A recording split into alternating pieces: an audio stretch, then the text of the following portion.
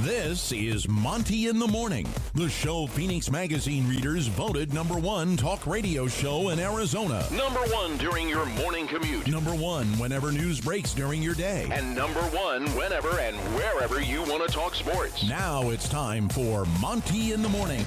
Hey, yo, man, how the heck are you? It is the Monty Show on what could be a monumental day for the Utah Jazz.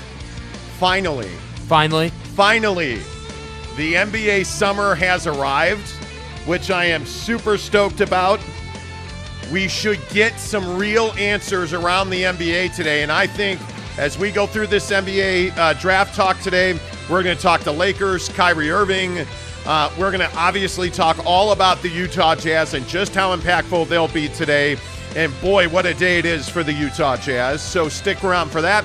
We got to talk BYU football. Yes, on NBA draft day, we get to talk a little BYU football. As yesterday was BYU Media Day, there was some news with Stanford. Get ready for 2031. Neat. We'll talk all about that. And by the way, what would this show be without us talking about food and fast food? Yeah, obviously, you know, we all know who has the best fries, and that's not going to be good old Mickey D's. So, yeah. You know, there is a new ranking of the best French fries in fast food. Mm-hmm. So I'm sure there is.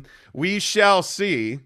And again, I know, we talk a lot of food on this show. Yeah. But we should.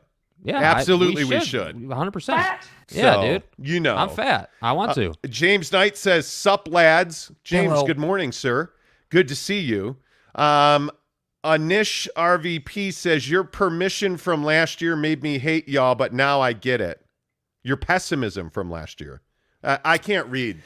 Well, Anish, I mean, it's really unfortunate. We were pessimistic, but not by choice, for good reason. Not by choice. Good morning, Gene Stream Gamer, Neville93. How the heck are you? He says, good morning to all the Saudi stooges. Brooks Koepka on the show today. Good to see Saudi you. stooge. Yeah. Supa Kwan. There was a post on the NBA Updates Facebook page 15 minutes ago saying that Donovan Mitchell doesn't want to play for the Utah Jazz anymore. Please. Thanks to Yahoo Sports. Please. It's nowhere to be found on the hell Yahoo outta here Sports with that. page. So good morning to everybody. We appreciate you guys being here. And the question of the day remains, will the Utah Jazz make history today? Because it is a very significant day for the Utah Jazz. I think everybody recognizes that. The NBA draft historically is where some of the best franchises in the history of this league have made their mark, whether that is Pippen, Horace Grant, and Michael Jordan, or Steph Curry, Klay Thompson, and Draymond Green. The NBA draft is critical, but here we sit at 6:30 in the morning on the day of the NBA draft, and the Utah Jazz don't have a single pick in this draft. Jake, how busy do you think the Utah Jazz will be today? Yeah, I think they'll be quite busy. I think that the Rudy Gobert trade, in my opinion, again, this isn't sourced information. We haven't heard anything on this front, but I think, in my opinion, that deal will get done today. I think that, we've talked all week about how, the Bulls had to go and make some other things happen to acquire some draft capital to sort of top off the Rudy Gobert trade. That was sort of, our understanding, and I think that comes to fruition today. I think that happens. But again, just my opinion. As far as the actual draft and making picks is concerned, I'm not so sure that the Jazz will be super active from that standpoint. I think that it really depends on what they're able to work out in this Bulls deal. But I also think that Danny Ainge has made it very clear that the draft is not their number one priority right now. Remaking the roster is their number one priority. So I just think for the Utah Jazz, the organization, the Utah Jazz roster, like where they're at right now, I think because they don't have picks in the NBA draft this year, I think that their priority has been just to get deals done. And if they can get some picks out of that, great.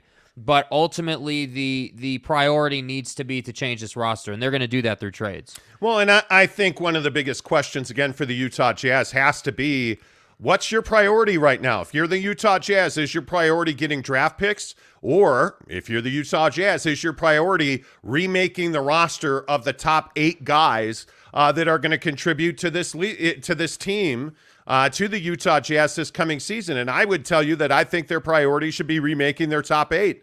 Here's the game plan. Yeah, I mean, honest to goodness, I think that the Jazz have a really big opportunity today to do something that this team's never done. And I think that's really an important point. I think that is an incredibly important point.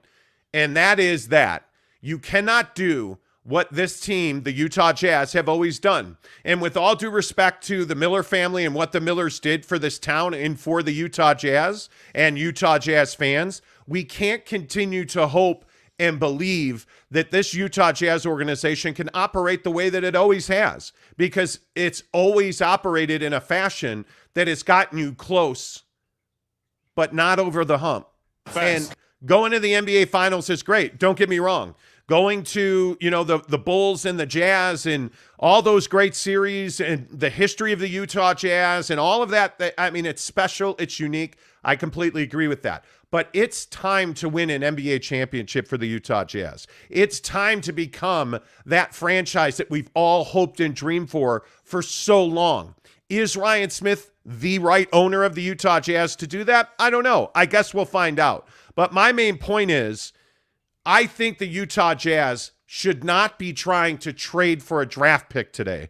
What the Utah Jazz should be doing is trying to remake their roster today and begin that process by trading Rudy Gobert today, Jake. I think that right there is singularly the most impactful move that this club can make. We're getting somewhere. Yeah, I completely agree. And I think that the Utah Jazz have progress that they need to make. And I think that it's just one of those things where it's time to, it's the talk needs to stop and they need to just make a move. Like you can only go so long without making a move here. And that's why I say, like, again, whether we're talking about the fact that they don't have a lot of leverage in these conversations or the fact that, they don't have the ability or the desire to wait the entire summer to get this going. Like, that's why I'm saying, like, I think that Danny has been on the phone for the Utah Jazz working these deals, like, for the last 2 weeks. I think that's absolutely been the case, and I think it's been in a long negotiation, and I think that this could be the culmination of it. Like, hey, the Bulls needed to handle some business on their side to get this deal done, to go and get that one extra pick to kind of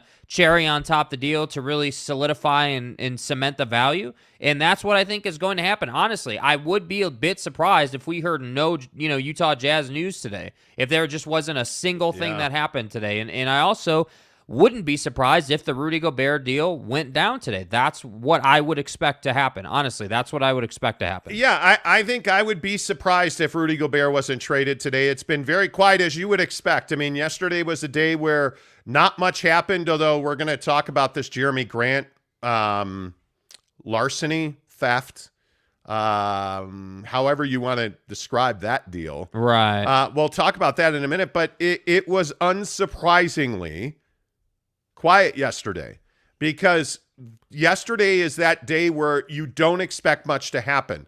Today, the day of the NBA draft, I think today is the day that you expect the Jazz to make that move. Because I think the Bulls are out there trying to get stuff done, but it's a very difficult thing to do. It is difficult to go and get draft capital, especially when people know why you're trying to acquire that draft capital. And I think what you're seeing the Chicago Bulls do is be very plotting and methodical. But again, I will tell you, I don't believe, and from what my sources have told me, I don't believe that the Jazz are willing to do a deal with the Bulls that doesn't include Patrick Williams. And the only way that you would be able to get around that is if the Bulls were able to give you, 3 first-round picks, and they're not going to do that for Rudy Gobert. You look at what the Bulls are trying to do. They're not trying to start over. They're trying to add to where they were last year and take that step forward, because the Bulls are not far from competing at the top of the Eastern Conference. I mean, if you remember back last year, there was a stretch where the Bulls were the number 1 team in the Eastern Conference. All gas, no break. Well, that might include rim protection, and there's no better rim protection on this planet than Rudy Gobert. I mean, the guy is absolutely the best defensive player in the paint in the NBA, and I don't think it's a stretch to say in the world. And if you're struggling to protect the rim, which the Chicago Bulls are, I think Rudy Gobert's a great fit there. Yeah. But the obvious issues are he makes $41 million, and the Jazz are asking, as they should be, a king's ransom for Rudy Gobert. Yeah. And if you're the Utah Jazz, I think there's something that's very clear here. You cannot sit still. And again, I maintain, and Jake, I know that we've talked a lot about this on the show, but I maintain that you cannot bring Rudy Gobert back. I'm not saying that any bridges have been burned, that any relationships are bad, because they're certainly not.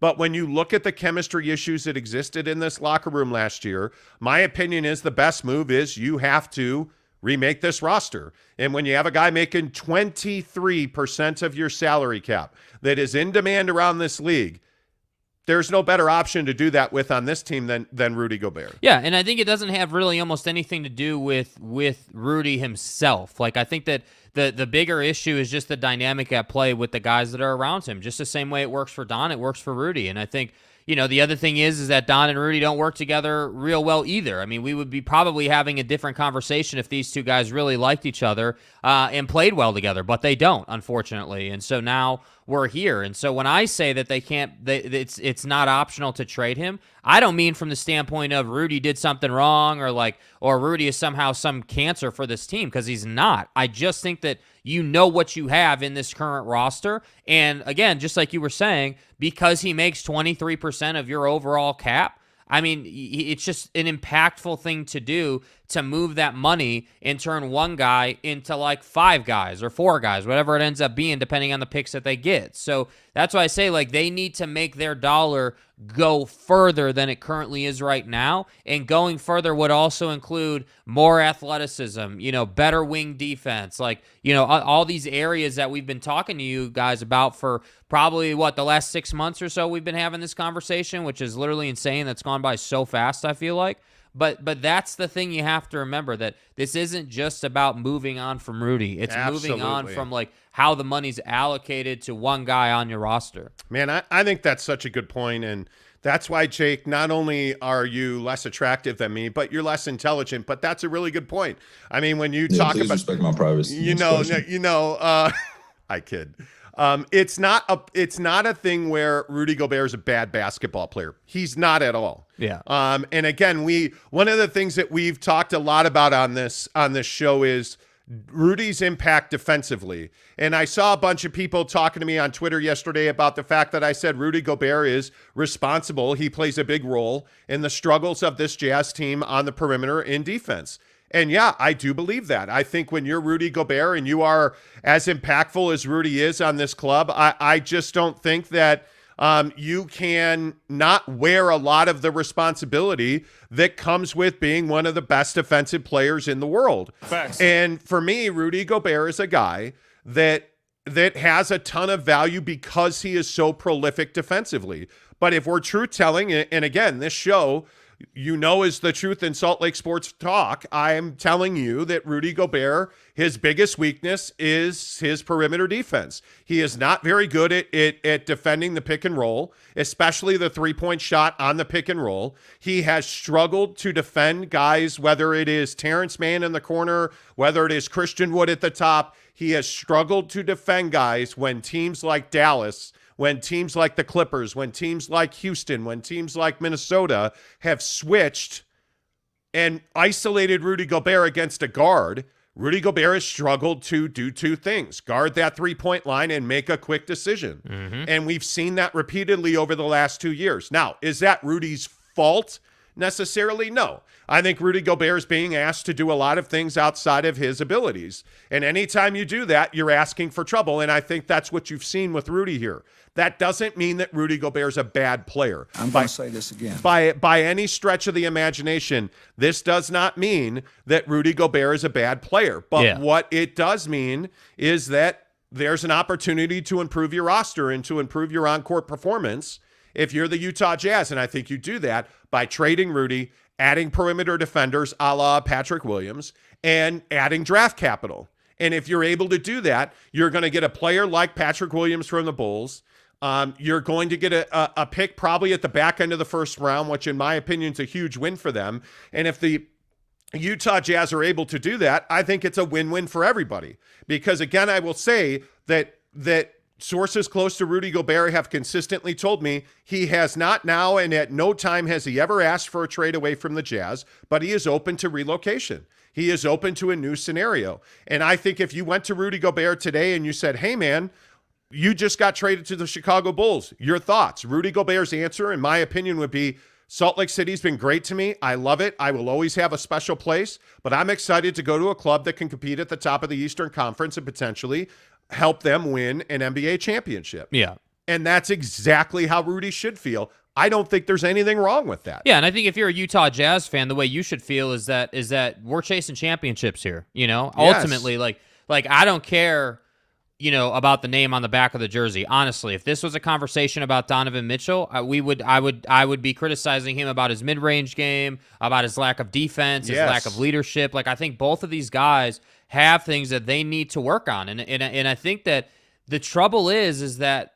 And I feel like nobody likes it when I say this, but the problem is this is not a big man's league. You've got a couple of bigs that make big impacts because of their athleticism with their frame and their size, but one of those guys isn't Rudy Gobert. That doesn't mean he's a bad player. That doesn't mean he sucks. It's just how it is. Like, that's just the reality of the situation. And so I think, did Rudy ask for a trade? No, he did not. Him or me was complete trash, total lie. That never happened. But if you said to Rudy, hey, we're going to ship you out to Chicago or, Atlanta or whatever the case may be, probably Chicago. But, you get what I'm saying. Whatever team it winds up being, like, if you put him in a good situation, I don't think he's going to say, that he's upset about that. So I just think it's just what needs to happen. It's uncomfortable. Nobody wants to say we want to trade a 3-time Defensive Player of the Year guy, but ultimately it's a bad deal. They need to move on from it. And once that happens, you're going to see they're going to get better. And that's what we're all here for. Yeah, interesting question this morning from Jake R. He says, with it being so close to the draft, do you really think a trade will be worked out in time to move Rudy and get picks? Or do you think the Jazz might move other roster pieces to get in? Well, what I think is that trades happen this close to the draft every year. Yeah. I think there's a lot of trades that go down where a team will draft a player knowing that they've traded that pick. So let's say the Bulls and the Jazz make a deal, right? The Bulls are going to draft at whatever spot or whatever pick is traded to the Jazz, or if that is, some other team's pick, that team will draft with the Jazz direction. They're going to say, hey, we want you to draft Joe Blomey with this pick. And then that pick will be traded to the Utah Jazz. So that player becomes property of the Jazz. Not unlike Rudy Gobert, not unlike Donovan Mitchell. When you make trades like this, it is not uncommon for those trades to be made, before the draft, executed after the draft, and having a player picked for that team based on that trade. So, Jake, I don't think that's any big deal. One round left. What's up with you? Alex Chacon says, do we think Grant trade affects the value of Rudy on the trade market? I don't. I was a little surprised that Jeremy Grant was traded for draft picks. I was a little surprised by that. Yeah. I think when you look at the value that Jeremy Grant has supposedly had, because we've heard all about how many teams have been chasing Jeremy Grant, the Pistons 3-4 combo forward, his demand supposedly was very high.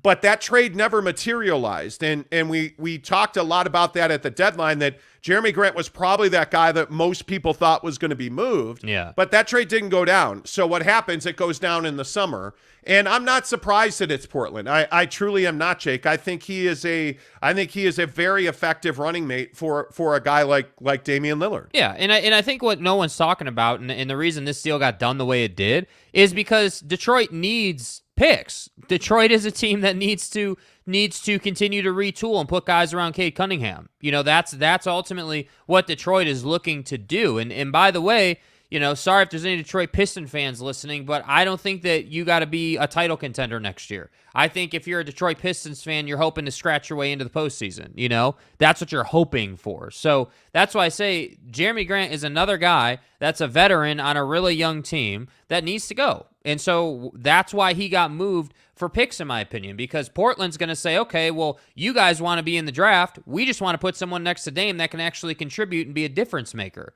that can really help him get to the next level. And I do believe Jeremy Grant can do that, because I got news for you. Nurkic hasn't been anything special for Dame. He's been solid, reliable, but he's not been that guy that's like, damn, like when he has the ball, we know great things are going to happen. And I also think, obviously, the broken leg did not help that situation. But, I mean, he is, and I would agree with you that Nurkic is a guy that you would like to upgrade. So I don't think that's surprising at all. But the thing that it tells you is that there's perimeter guys with length out there that are available. And unfortunately, the lack of draft capital for the Utah Jazz probably prevented them from acquiring Jeremy Grant or a guy of that caliber. I mean, there's guys out there. Harrison Barnes is a name that most people think is available and could be had.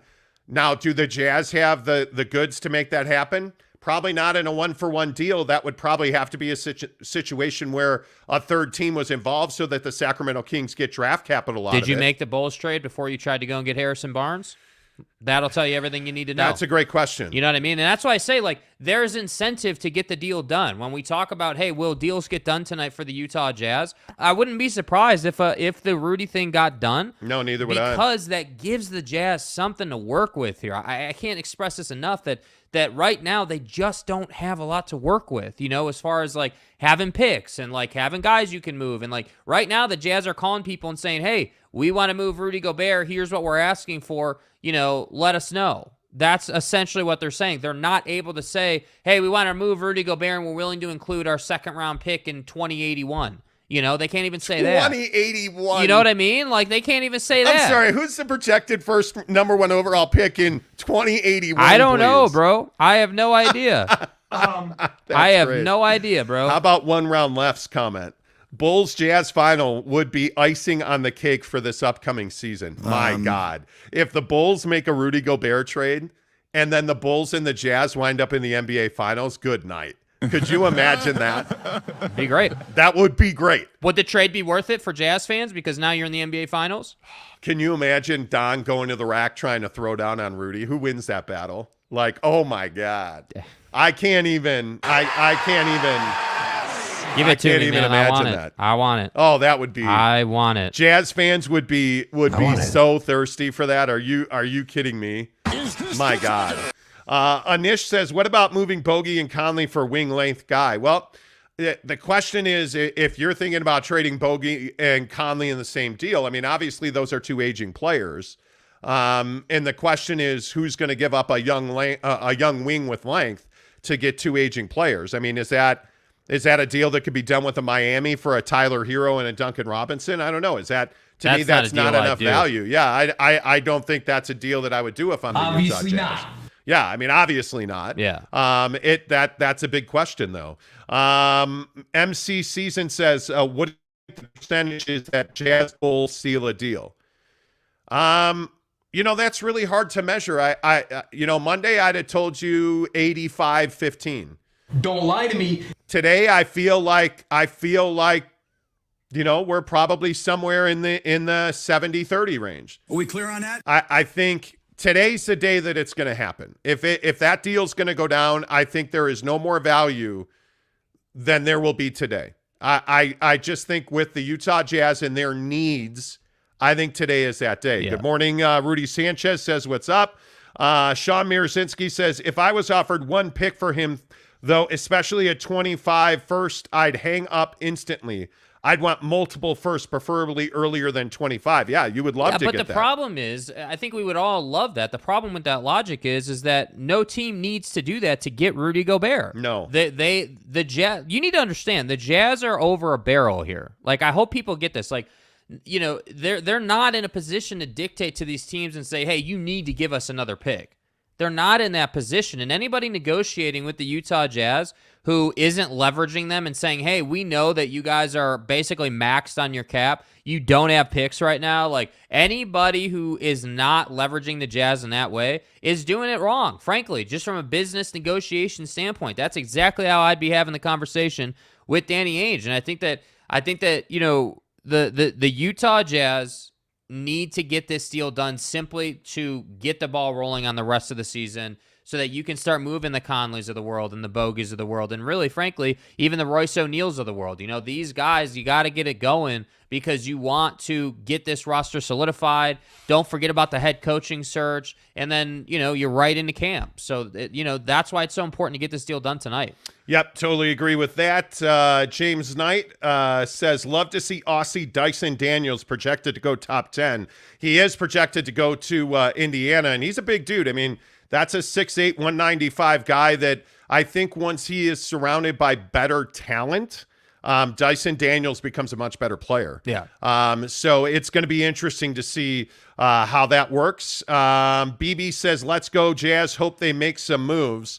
Is that what most people are hoping for? I mean, I think one of the biggest questions is, what do you believe about this Utah Jazz team? And I know this is not the easiest conversation to have, but is this team still the team that is the Miller family and selling cars instead of winning games? Or is this Ryan Smith finally putting his stamp on this team?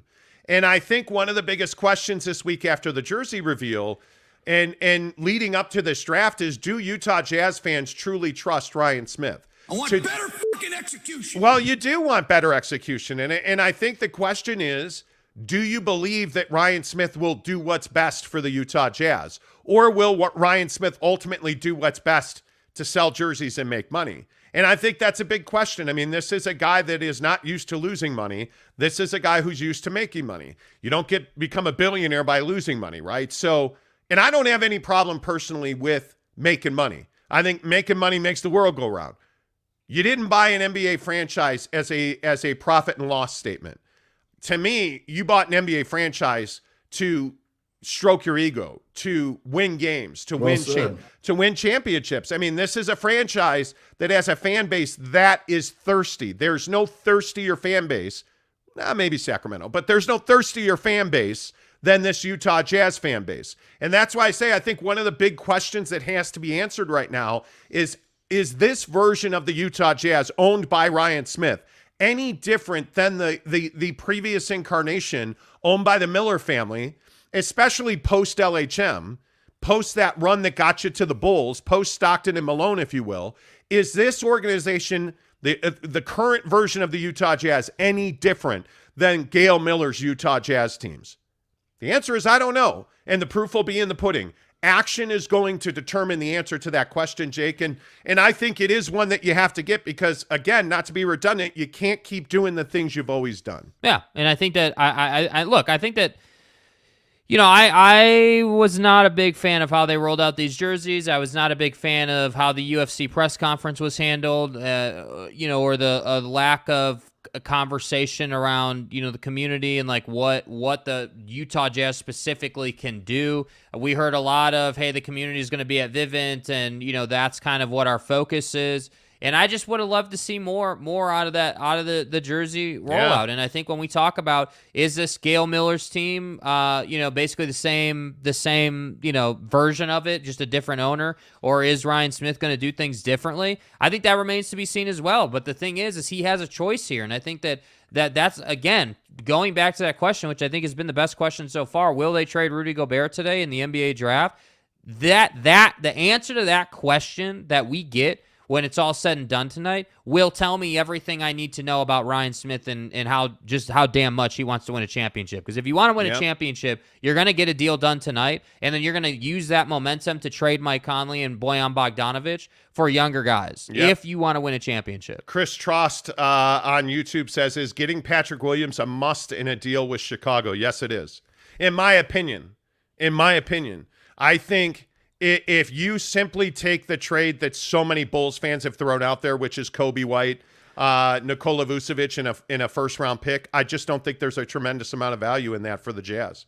You get a one-year deal in Vucevic, and you get a young point guard that has tremendous upside. But one of the questions that I think a lot of Jazz fans are struggling with is, have the Utah Jazz done a good job developing talent? Mm-hmm. And you said yesterday on the show, when you lit the entire Jazz Nation on fire, when you said that they don't develop talent. What do you mean by that? Why do you say that? I don't think that the Jazz have done a great job over the years developing talent. I mean, look no further than the Dante Exums of the world. Look no further than the Rodney Hoods of the world. Like, you have a lot of guys in the past that you haven't developed. And everybody in the comments yesterday was saying, oh, well, they've developed Rudy and Don. Have they really developed Rudy and Don? Would Rudy Gobert have been a 3-time Defensive Player of the Year if he'd have been with the Warriors? Yeah, probably. Would he have been a 3-time Defensive Player of the Year if he had been with the Bucks? Yeah, probably. In my opinion, because look at what those two organizations do. Are you really telling me that the Jazz are developing talent on the level of other organizations in the league? I don't think so. And that's why I'm saying, like, yeah, sure, Don has developed a little bit, but he's done most of that developing with Chris Brickley, with all due respect. He's done most of his work outside of the season. You're not seeing, like, huge improvements in season or, like, you know, any sort of development or anything in these guys' game while they're with the Utah Jazz. So forgive me if you think I'm being too hard on them, but, like, I just don't see some huge development piece happening. You know, like, and by the way, if the Utah Jazz were so good at developing people, why would they not have mandated that Rudy Gobert develop some sense of an individual offensive game? Just anything. I'm not even saying it's got to be some polished, like, you know, Kobe fadeaway off the block. Like, I'm not even saying that. I'm saying be able to rotate 180 degrees with your right hand, the ball in your right hand, and make a hook shot. Like, make a push shot. I think, do the Utah Jazz develop players? Dante Exum is perhaps the greatest example of this because, and I know that James Knight is probably going to smash beer cans on his head when we say this, but Dante Exum was a complete bust. Yeah. I mean, he's a guy that when you look at who was drafted around him and you look at what you ultimately got from Dante Exum, that's a guy that you wish you had gotten more out of. And sadly, I mean, there are so many guys littered through Utah Jazz draft history just like that, who you picked, whether it's Rodney Hood, whether it's, I mean, you pick the guy. There's so many guys that you drafted and you missed on, whether that's Luka, whether that's Devin Booker's a really good example that comes to mind. I mean, there's just so many guys that coulda, shoulda, woulda, but never got a chance to wear the note. Jared right? Butler. And then and Jared Butler's another one that I would directly point to. I mean, I think this is why Will Hardy or, you know, one of these other young coaches, and from what I understand, the Jazz are very high on Will Hardy. I think Will Hardy's a guy that is going to compete very closely with Johnny Bryant for this job. And I say that because you need a guy to come in here and put player development number one. And Danny Ainge understands how to develop talent. He knows how to build a talent development department that will further your assets. That's what this team needs, because when you look at the guys that are currently on this roster, Rudy Gobert has developed to a point. There is no doubt that Rudy Gobert is a prolific defensive player in this league. No doubt about that. And the Jazz deserve credit for that. They also deserve credit for the fact that he is unable to operate in the paint offensively. He is one of the lowest rated players in efficiency in the paint, which is amazing to me. And the fact that his highest best use is a lob for a dunk is a real problem. And we could keep throwing out the fact that he shoots 70%. I don't care if he shoots 90%. The fact of the matter is those are dunks. I need a guy in today's 2022, 2023 NBA world who can give me a push shot, who can bounce the basketball without turning it over. That is certainly the responsibility of Rudy Gobert, but it is also certainly the responsibility of the Utah Jazz. And for all of the things that Donovan Mitchell does that are wonderful, he has not developed past the point of summer work, and that's on the Utah Jazz. Part of this is we live in an era where we had this major thing that YouTube doesn't let us talk about anymore, where you played in the bubble and you missed a bunch of games, and so practice time has become a premium. You just don't get full practice. You just don't get development time like you used to. But you've got to, at some point, own the fact that the Jazz have missed more than they've hit on draft picks. You've got to own the fact that the Jazz have not put the proper resources into developing guys like Rudy Gobert and Donovan Mitchell. Facts.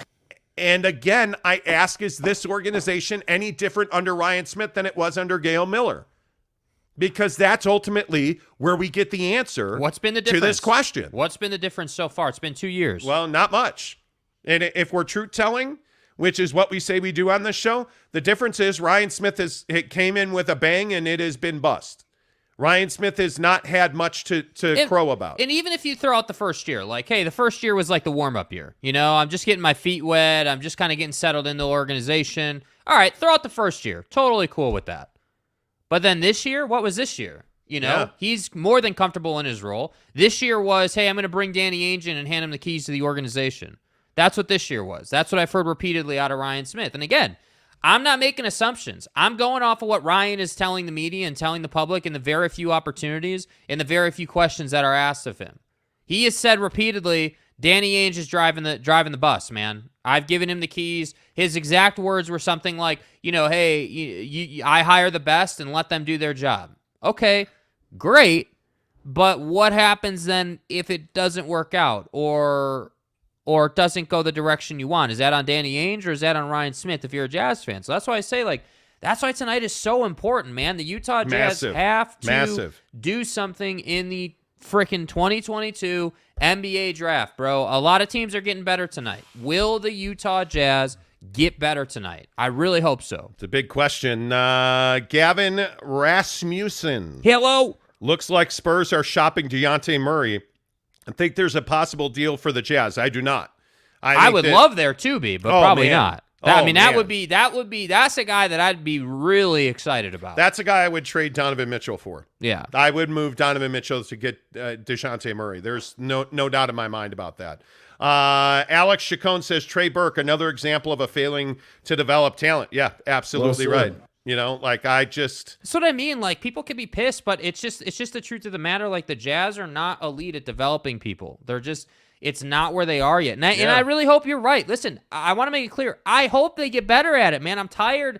Frankly, I'm so sick and tired of having the Rudy Gobert conversation. I'm so sick and tired of talking about them not being able to develop people and struggling and getting bounced out of the postseason in the bubble by the Nuggets and then getting bounced by Dallas in the first round. It just gets tiring. You got to take this next step as an organization, whether we're talking uniform rollouts and all the lack of social media you did on it, or we're talking about making trades and making sure your salary cap is correct so you're not paying luxury tax and not winning. It's cool to pay luxury tax when you're winning. The Warriors do it every year. But you can't pay luxury tax when you're not winning. Yep, I agree. Havoc says, what do you think is the Jazz biggest barrier in trading three players but still contending? I don't know if it's possible. I think it is possible. I think, that's a great question, by the way, Havoc. And I think the answer is the biggest barrier to contention will be their perceptions of what they have to get in return. Mm-hmm. Because the physical execution of the trade is unlikely, because I put a high level of belief in Danny Ainge. If you're trading three players, you're getting a lot of assets in return, one would think. Yeah.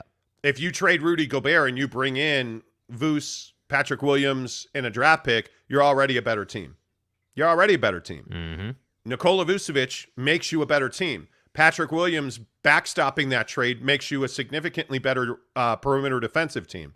If you're able to hang on to Bogey, I'm a big fan of that. But your mental perception, it's what's going to keep you from realizing the reality you're hoping for.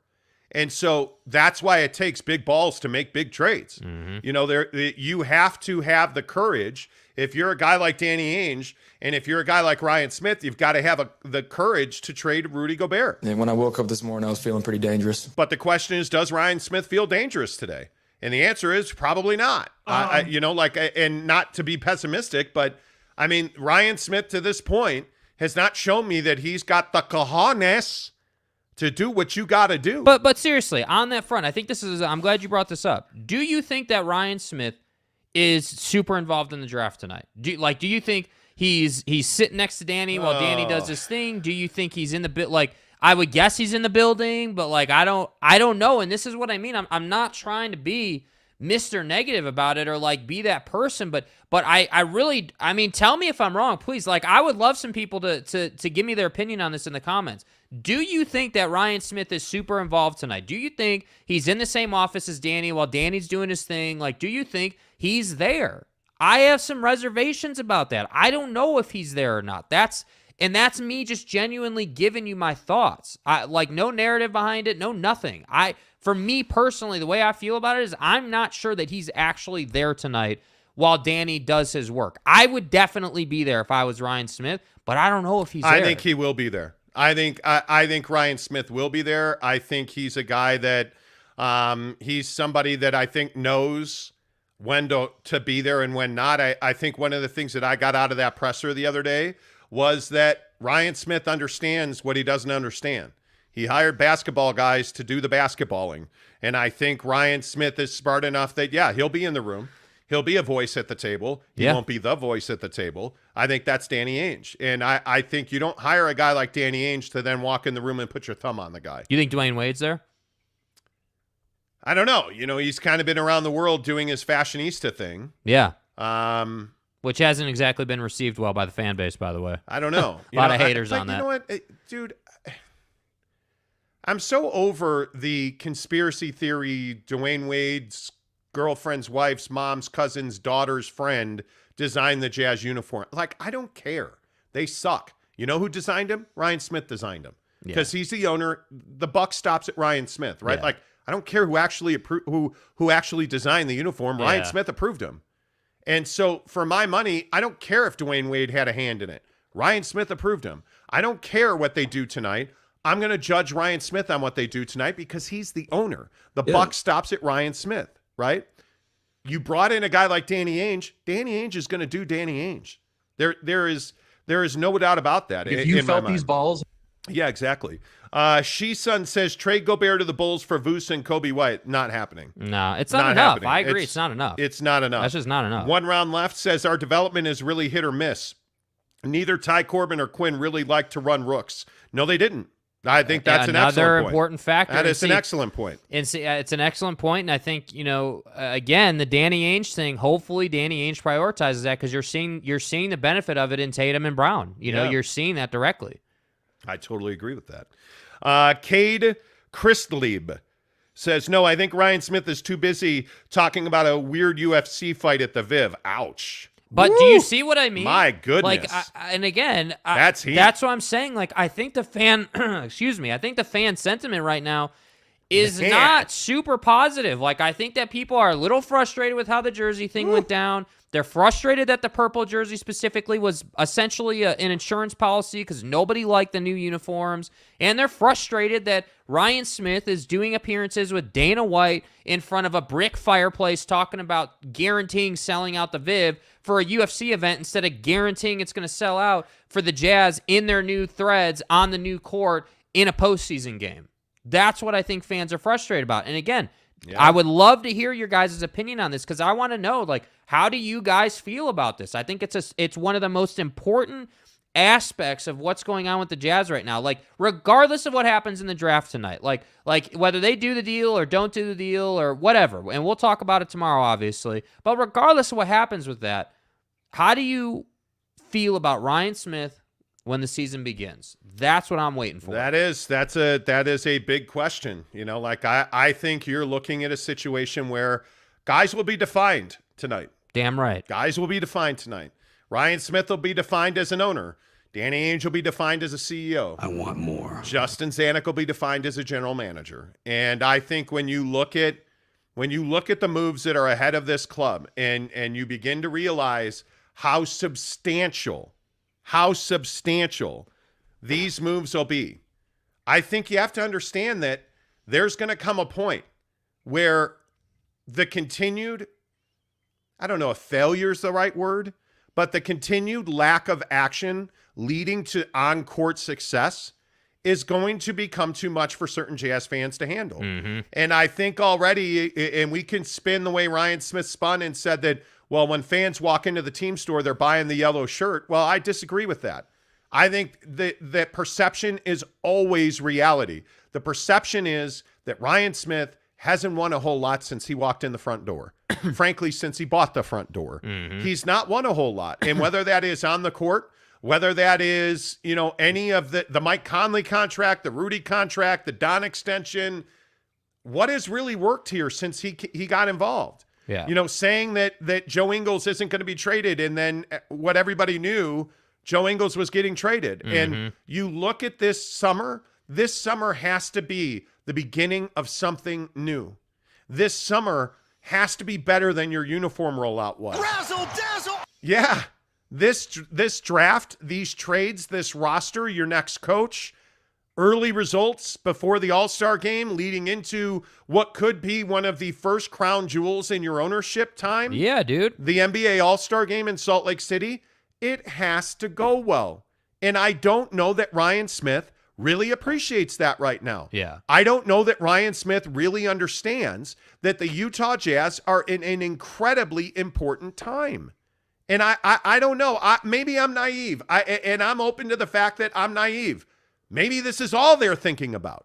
Maybe. But I don't know if this is all they're thinking about. I just think it's really tough when you're an owner, when you're a new owner 2 years in, you know, because, again, I want to keep emphasizing that he's 2 years in. And I even write off the first year, as I was saying. First year, warm-up year, okay, cool. I'm not going to hold you accountable to anything that happened outside of contractual stuff because that's a numbers game, you know. But, like, I think that Ryan Smith is the guy. What he's doing is he's saying, okay, I hired Danny Ainge to do the basketballing, and then I'm going to keep doing the business part. But the problem is with that, if you're not winning and you're not getting wins in the basketball department, your jersey releases, like the money side of the organization in terms of like the connection to fans has to be on point. Like it's got to be really good so you can get those wins and so the fan base can feel some positivity so that you're getting the new jersey, you know, all over the place in the greater Salt Lake area. You know, I want to see the new Utah Jazz jersey down south in Utah County. I want to see the new Jazz jersey up in Park City. I want to see it around the valley, but you're not going to see that right now because of the way it's handled. So again, I don't want to be too negative. I just think tonight is a huge moment in time for Ryan Smith as the owner of the Utah Jazz. Yeah, I totally agree with that. Noah Francis, good morning to you. Thank you for the $2 tip. Appreciate it. He says, fellas, looking great today. Love the new setup. Hey, you know what? We have spent 10 G's. It's probably it's 10 grand. Yeah. We have really spent a significant amount of money. If you're new to the show, and I know we have a lot of new listeners to this show, we have really worked hard to upgrade our product. Yeah. And there's a lot of stuff coming, by the way, in the pipeline. People miring. Yeah, people are miring, apparently. As we get through this summer, you're going to see that there's a lot of upgrading coming. We're getting somewhere. And it's just the beginning. We've added a significant amount of new equipment so that you have, you know, 3 cameras. And so you can see me, and you can see Jake, and you can see both of us. And Mrs. Monty, by the way. Mrs. Yeah. Monty has made her appearance on camera for the first time this week. Yeah. We've added a new mixer. We've tried to fix sound. Yeah, and let us know. The sound today should be really, really crispy. It should be. We tested it last night. We're going to get to that later in the show. But let us know. Yeah. I mean, you know, obviously he just said it sounded good, so I'm glad to hear that. But let us know what you think. We'd love to hear your thoughts on it. Yeah, and there is a $1,000 piece of equipment sitting right here that is brand new. Yeah, it's a rocket ship and stuff, you know? Don't believe it. I do. When people say, oh, man, it's plug and play. No, it's not. That's a lie. Let's consult the douche meter. Noah Francis, we appreciate you. Big shout out for the $2 tip. If you want to tip us, there is a $sign right below the chat box. You click on that $sign, you donate your cash. It goes straight into things like new equipment. Yes. So we appreciate you supporting the show. By the way, we're show. giving away a PlayStation 5. I was just going to say, for those of you who don't know, we are giving away a PlayStation 5 on this show when we get to 5,000 subscribers.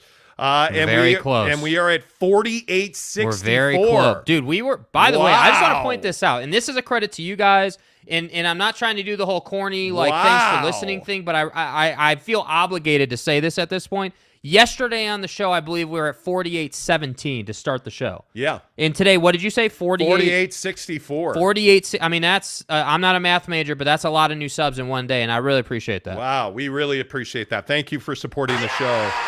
That means we're just 36 subscribers away now, or 136, excuse me. Yes. Subscribers away from giving away a PlayStation 5. We've already given away one. We sent it to the Philippines. Corey Grocock got an Xbox Series X. We've given away a TV and Disney Plus. Like, we really try to Tanner get back. Plummer got a Series X as well. He did. That's right. Good old. Where's Tanner Plummer today? I don't know. He's being a casual, See, probably. Tanner, we miss you, man. Yeah, he's being a casual. We absolutely today. miss you. Casual. But yeah, we appreciate you guys supporting the show. Mr. E says sound is really perfect, guys. Appreciate that. Yeah. James Knight says Jake's backdrop looks better than your side, Monty. Time to declutter, dude. Well, I think he means like the shelf with all of my awards. Yeah, well, and the stuff. backdrop is something that is an evolving. Well, it's much like, what Ryan Smith said, right? I mean, the jerseys are ever evolving. They change every 5 years. Yeah. Maybe we'll put something new on the shelf 5 years from now, Yep. Gabe Ledley says, weird thing is audio has sounded better live than watching back after the fact. Well, Gabe, that's why we spent a G right here on this mixer that we just upgraded. This is a Rodecaster Pro 2. It is literally the newest thing. It's about a week old. They just released it because we were having sound issues and the post-show recording, and we were having a lot of technical issues when you the balls you'll ever get. Yeah, when you upgrade new equipment and you spend thousands of dollars on a rocket ship and you're Elon Musk and the thing crashes back to Earth, it sucks. You can't buy just one. When you get new tires, you can't just buy one new tire, right? That's right. They make you get the whole set. That's right. That's what we've been going through lately. We had to buy 4 new tires, essentially. Yeah, well, so we did that, and we've got a bunch of... clean, methodical, and thorough. We've tested it. Frankly, I had a childlike meltdown last night, but we tested it. We got it set up. I'm going to get medieval on your ass. Yeah. James Knight says, I have no hope you mofos won't ship down here again after the Grocock debacle. Well, I mean, was it a debacle? It only took 3 weeks and $100 to get, get it to him, dude. Nah, we'll ship worldwide. Yeah, it's all dude. good. James, on the other hand, won't ship 4X Gold beer worldwide because he owes us a case of 4X Gold. Yeah. Which you still haven't paid off. Come on, James, let's go. Yeah, come on.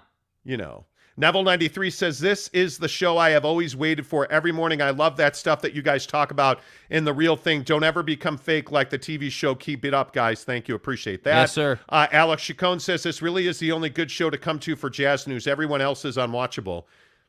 Everybody works I think, and again, we're gonna get to Kyrie to LeBron here in a minute, but what I would say about that is that we have the opportunity to not be biased, to not have to be biased. Like, we're not married to anybody in the Valley, and that's the beautiful thing about it. We don't work for anybody. We're not paid by any of the teams. We are not affiliated with any of the teams. And that's why we kind of share stuff like, hey, we had to buy all this new stuff, or like, we really appreciate the tips because that really goes to upgrading to new cameras. Like, these cameras we have, like, I need you guys to understand, these are like really, really like nice cameras. And it's worth it. We see the quality go up, and that's why we do it. That's why we do the giveaways. We upgrade the equipment. Like, that's why we're trying to do it. That's why we spend thousands of dollars of shoes on the wall. Well, no, I spend thousands of dollars on shoes because I'm an addict. But that's why you see all the stuff that we're doing. And maybe it is time for me to declutter, and you'll see the set will change. But Alex Chacon says, everyone else is unwatchable. Appreciate that, my friend. Yeah, thanks. Says, facts. The sound sounds great today. That's great to hear. Yeah, that's really great to hear. Everyone here, create a secondary YouTube account and subscribe. I want that PS5, Jake says. Let's go.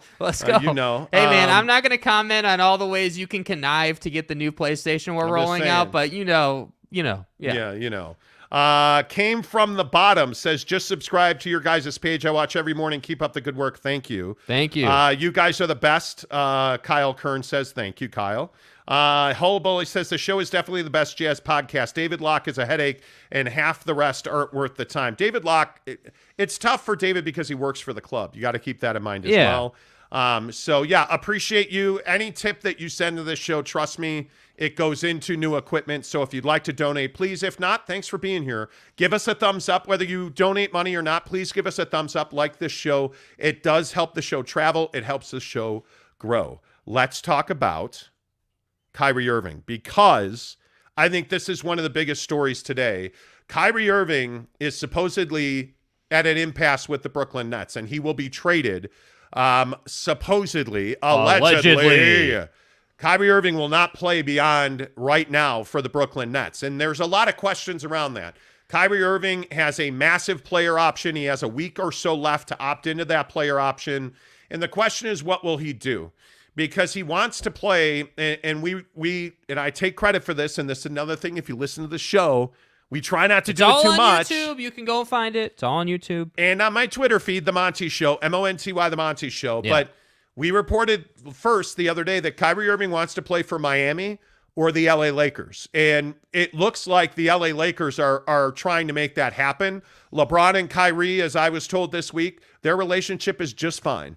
And the Lakers would like to add Kyrie, but the issue is Kyrie is going to be a mid to high 30s, low 40s player next year. And if he opts into that player option, what does that do for the Lakers? Well, it makes it more difficult to trade for him. Would Brooklyn take Russell Westbrook in return? Probably not. If he opts out of his player option, how much money is he going to earn from the Lakers? Well, it would be less than $7 million a year. Right. And considering the fact that Kyrie Irving gave away $22 million last year, not playing at home because of the thing that we can't talk about on YouTube and stuff. Yeah. So, Jack, I guess ultimately the question is here, where do you think Kyrie Irving ends up? Yeah, I think he ends up in Los Angeles, but what I really want to say is I think it's incredible that Kyrie Irving is at a, quote, impasse with the Brooklyn Nets. Kyrie Irving has no right to be at an impasse with anybody. And I would tell you that I've been really strong on this. I wouldn't have Kyrie Irving on my team. I think if you're the Lakers, because of the money situation, and again, frankly, because of the lack of success, you're being put in a position to consider moving, Anthony Davis. That's something that's on the radar. It's been talked about. You're in a position where you're basically like Darvin Ham saying that Russell Westbrook still has a lot left in the tank and that people are just hating on him. Well, people are hating on him because of the way he shoots and how bad it looks, right? Like how bad last season went. So I just think that you're basically talking about moving on from Russell Westbrook to get to a guy in Kyrie Irving who over the last, I think, 3 seasons has missed like 123 games or whatever it is. It just doesn't seem that worth it to me. On the flip side, the thing that I think justifies it is that Kyrie Irving and LeBron James obviously won a championship together in Cleveland with less than what the Lakers have already. So theoretically, if you could put LeBron, Anthony Davis, and Kyrie Irving together, you'd feel pretty good about that. The only problem with that is Anthony Davis misses more time than pretty much any player I know. Anthony Street closed Davis. The guy rides the bench more than anybody else I know. And again, I'm not trying to hate on Buddy, but it's the truth. Like, how often can we, honestly, in your opinion, how often can you really count on Anthony Davis to be there? He's hit one big shot in his career. Not a lot. I mean, I don't think you count on him. I really don't. Jake R., good morning to you. Again, he says, thought I'd throw you guys a link in. Seriously, love your show. Appreciate that. Big Dog O-Town also throws us a link in a $5 bill. Let me go and get Big Town O-Dog's drop here. Shout to Mobamba. Big Dog O-Town. Yeah, there we go. Need the Jazz to lift my spirits after 2 deaths in Ravens flock. Syracuse and Ferguson. Let's go, Danny. Yeah. How about Sad Tony days, Siragusa dude. yesterday? Sad days. One of my favorite memories of Tony Siragusa was him coming to Fox Sports and just making everybody laugh. Standing in the avocado room at the Fox Sports building, not the green room, the avocado room. Tony Siragusa had, it was on a Sunday, Tony Siragusa, I want to say like Dave Matthews, Vince Neil from Motley Crue, all the Fox NFL guys. Just Vince Neil. Like standing around the avocado room laughing with Tony Siragusa. It was awesome. It was great. He was a great human, man. Yeah, just really Great difficult human. to see, really difficult to see that news yesterday. So Big Dog, we are definitely feeling you on that one. Jeremy Bolton says, sup, everyone. JB, good to see you, my friend. Always glad that you join us. But when we talk about what happens with Kyrie Irving, I ultimately think if you're a betting man, bet that he stays in Brooklyn because financially that makes the most sense. And I think the other question for you, being such a massive fan of the Cadizzle, right? The KD trade, the Slim Reaper. Yeah, I mean, again, change the camera for me. I mean, look Yeah. at this guy's face. There he is. This is the face of somebody who chases rings. How are you not excited about it? Come on. Come on. I think if Kyrie leaves, I don't think Kevin Durant would leave Brooklyn. Yeah. I think if Kyrie leaves Brooklyn, I think it gives your boy Kevin Durant a real chance to carry that club to a championship. Yeah, and the thing is he's running out of time, right? Like, again, Kevin Durant's not getting younger, and I think that Kevin Durant, I've been a KD guy since Texas, since he played college ball at Texas, Sonics, like, obviously, you guys know his career. That's how long I've been supporting the guy, but I have to say, I have to agree The guy has chased rings, and he won his ring, again, in Golden State on a team that already had proven that it could win. So I just think that to add credibility, there's no doubt he's a Hall of Famer, all that's already secured. But I think to secure his legacy, what he will be remembered for, you got to win a ring on your own. And I think that, to this point with the Kyrie thing, if Kyrie leaves, I think that opens opportunity for Kevin. If Kyrie stays, I think that Kevin needs Joe Harris to stay healthy. I think Kevin needs his guys to stay healthy so he can have a full roster. Well, and speaking of Kevin Durant, who's going number 1 overall tonight to Orlando, I have to believe it's Jabari Smith. I mean, that comparison, Chet Holmgren, Chaboy, please, big Chet fan. Keep your clothes on. Yeah. I know you're a big Chet fan. I am a big Chet fan, man. But here's the problem with that, though. I'm telling you right now, my opinion is that Jabari Smith is much more Kevin Durant than Chet Holmgren is. And I think Jabari Smith is a guy, frankly, that Orlando cannot pass on. I mean, he's a guy that can defend. He does a great job staying poised and calm, keeps his feet on the floor when he's playing defense. He is a really good shooter. He's a guy that can finish a little bit. He also has to grow. He's got to put muscle on. We get all that. I think Jabari Smith is the most NBA-ready player of the top 3 in this draft. It's him or Paolo Banchero. Right. I think Chet Holmgren is a development project. If it were me, I would absolutely take Jabari Smith 1.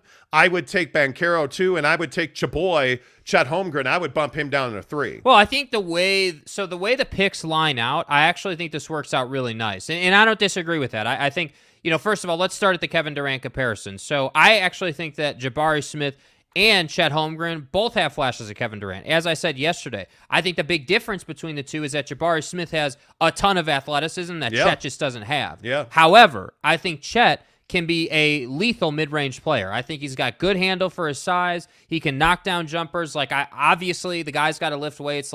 All jokes aside, he is not an NBA-ready player physically the way that Jabari Smith and Paolo Banchero are, and that's his biggest shortcoming. So while I am a big Chet fan, I have to agree that those two guys are more NBA ready. Now, in order, I have to agree also. I would go Jabari Smith, I would go Paolo Banchero, then I would go Chet Holmgren. But the way it's going to work out tonight, Orlando's going to take Jabari Smith. They'd be foolish not to. Oklahoma City's going to take Chet because I think he works out with what they already have better than Paolo does. And then the Rockets are going to take Banchero, and I think that the Rockets are going to be the biggest winners in tonight's draft by selecting him. And by the way, thank you, Hola Billy, who gives us $4.99. You cheapskate, where's my penny? Wow. I should pray. Hola Billy, we appreciate you, my man. I'm kidding.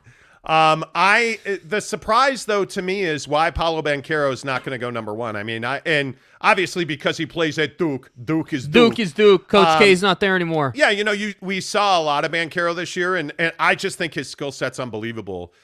He can shoot it. He can dunk it. I mean, you look at the numbers, 6'10", 250 pounds. He's a beast, dude. I mean, Paolo Banchero is going to be a star in this league, but man, how do you pass on Jabari Smith? What is Jabari Smith's specs? What's his height and weight? Jabari Smith is 6'10", 220.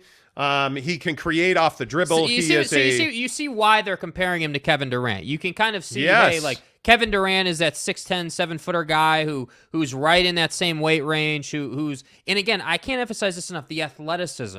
And again, we talk about this with the Jazz so much that they need more athleticism. Yes. Athleticism is what wins ball games in big moments. That's what teams in the league crave right now. And so that's why I say when we're talking about hey, who's going to go number one overall in tonight's NBA draft, that's why I think Orlando wants Jabari, because he does have that athleticism. Can you imagine the Utah Jazz with Jabari Smith?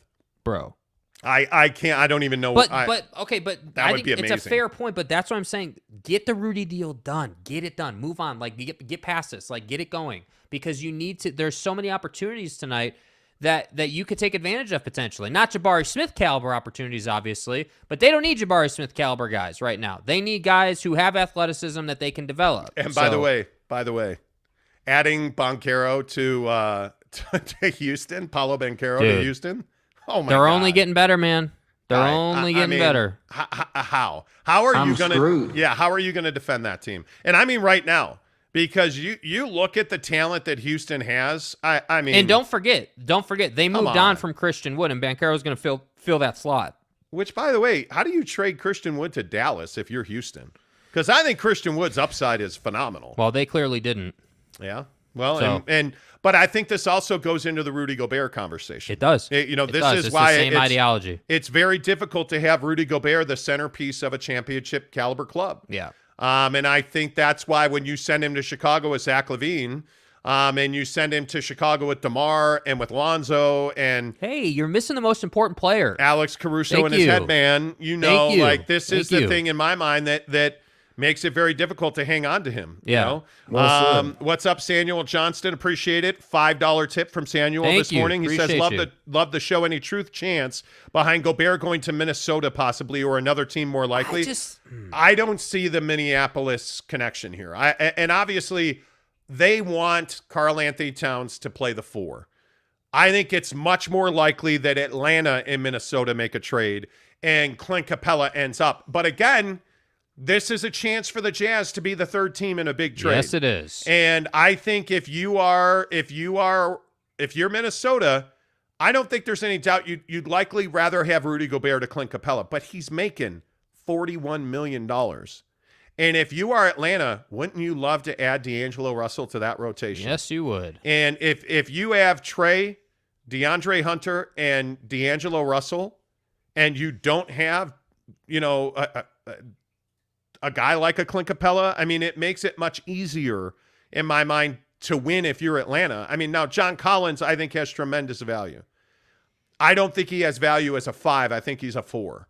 And if you trade for John Collins, the T-Wolves trade for John Collins, I mean, now Cat is the 5 there. But again, Karl Anthony Towns is a guy that is much like Joel Embiid. They may be big bodies, but they can play.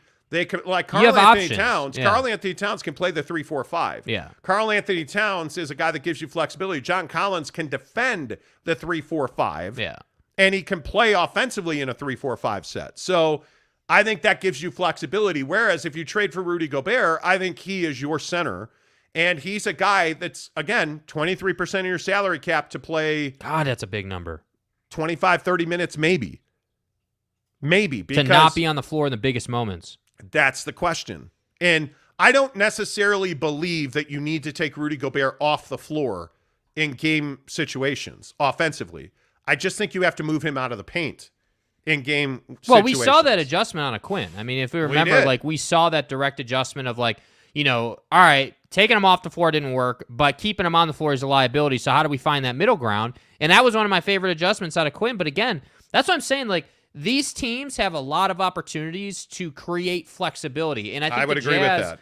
That's what the Jazz need. They need guys who can play multiple positions so they can attack you in different ways. And that's why, again, not to belabor the point, but I think, Samuel, you ask a really good question because when you talk about the names and you talk about who they're looking at, it's flexibility. That's why I think, if I had to rank them right now, I saw somebody asking about my thoughts on the coach. I'm telling you, Will Hardy in Boston, I think Will Hardy, Adrian Griffin has a lot of value. There's no doubt about that. I think a lot of people are putting in, too much weight into the past in the former management of this organization with Griffin. But I think when you look at Will Hardy and you look at Johnny Bryant, and I think Johnny Bryant is going to be a phenomenal head coach. If they hire him, I think it would be unbelievable. Those two guys want players who have positional flexibility. Yeah. So, and I think it's a must on this club. I truly do. Samuel, again, thanks for your tip. Really appreciate that. JC says Jeff Hornacek should be our coach. Not a proven winner. And I older. think you need young. I think this organization needs a young, aggressive head coach. Well, the NBA is showing you need young. Yeah. With who's at the top right now. And I would love to see Jeff Hornacek be on somebody's staff as an assistant here. I would. I want Steve Nash and Mike D'Antoni. That's the dynamic I want. I want Johnny Bryant and Will Hardy, and then I want Hornacek as my lead assistant. Yes, absolutely. And that's why I say, hiring a Frank Vogel, hiring a Terry Stotts to be your number one assistant, I think is a very smart All move. gas, no break. All right. keep your comments coming on the NBA draft, no doubt. We love talking that. But I want to get to a couple other things before we talk French fries. I want to talk about BYU Media Day real quick, because if you missed it, BYU had their Media Day yesterday, and the hype around Jaren Hall right now is significant. And he looks fabulous. He looks really good. Jaren Hall is a guy, to me, who's ready to step up and be one of the best quarterbacks in college football. And I think, Jake, if that is who he is, and if he truly is in great shape and he's truly able to stay healthy, I don't see any reason that BYU can't play on New Year's Day. Yeah, I think that's a huge if, though. I mean, I think that it's awesome. He does look great, and I do expect great things from him this season. But what are we not talking about? We're not talking about the decision-making on the field when it's 2 yards to the first down marker and you've got a linebacker coming to take your head off. What decision does he make? It's the USC situation last year is what you're talking about. I mean, or the ASU at the goal line situation. Exactly right. That's the better one even.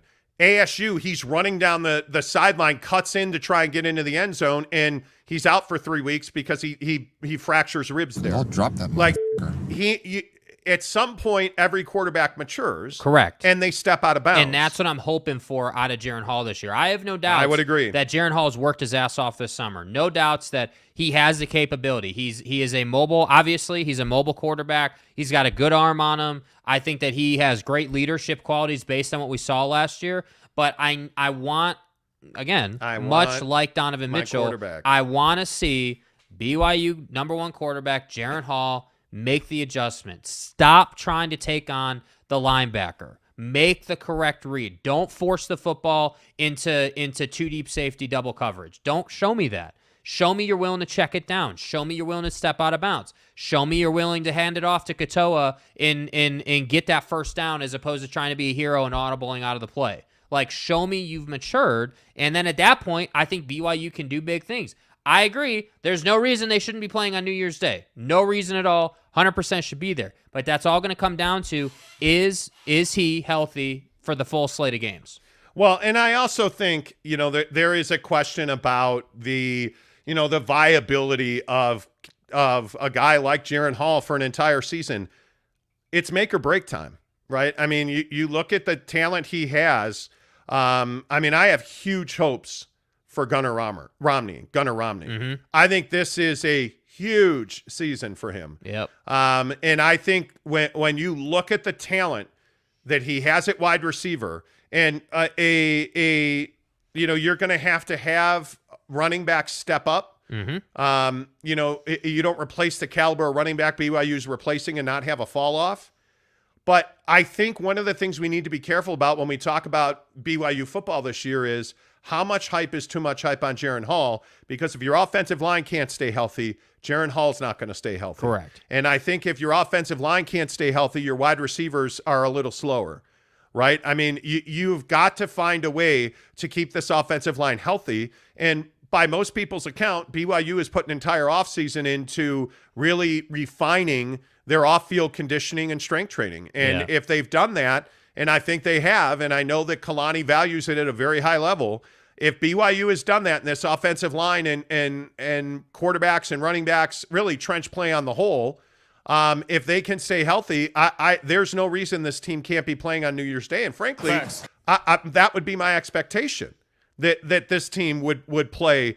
I think so. And this is what I said about Utah last year. The expectation last year with your quarterback situation should not have been Rose Bowl, Pac-12 championship in Rose Bowl. Mm-hmm. But Cam Rising did such an incredible job stepping in for noodle arm quitter kid. I think that Cam Rising has the opportunity now to be the #1 guy for the entire season. Yeah. Expectations go up, right? It's Kyle Whittingham. Gesundheit. I almost died. Thank you. But you didn't. Did yes. you die, though? No, I didn't. But expectations have to go up. And that's why I say I think this year we have an opportunity in the state of Utah to realize one of the best seasons in the history of college football in this state. Yep. And, one of the other things I think that I got so much out of yesterday at BYU Media Day, and any Utah football fan can relate to this, the hype around the Big 12 move, you're not in the Big 12 yet. Yeah.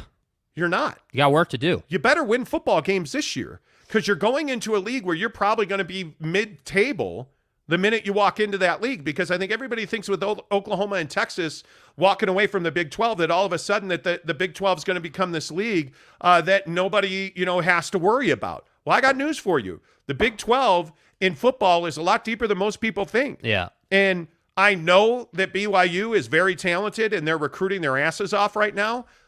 But I'd remind you, you got to win games this year. Yeah, I don't want to see the Baylor game happen again. I'm not interested in it. I'm not interested in just obvious disrespect being laid out by a defense that doesn't respect Jaren Hall's ability to throw the football down the field. Do you think we forgot about that? I didn't forget about that. Any BYU fan shouldn't have forgotten about that. You remember? Baylor playing basically too deep the whole game because they don't have to fear Jaren Hall running the football at all? Yeah. Like I haven't forgotten about that. He's got to be healthy. Jaren Hall has not shown the ability to play hurt and play at a high level hurt. Yeah. In my opinion. I think that if Jaren Hall can stay healthy, there's no reason, and I know I'm probably way over the top with this and it's going to piss off Utah fans, but if Jaren Hall stays healthy, he should be in New York on a Saturday afternoon in November. Well, that depends if he wins football games. December. That depends if they win football Well, games. and if Jaren Hall stays healthy, there's a real good chance BYU is going to be a 1 or 2 loss team.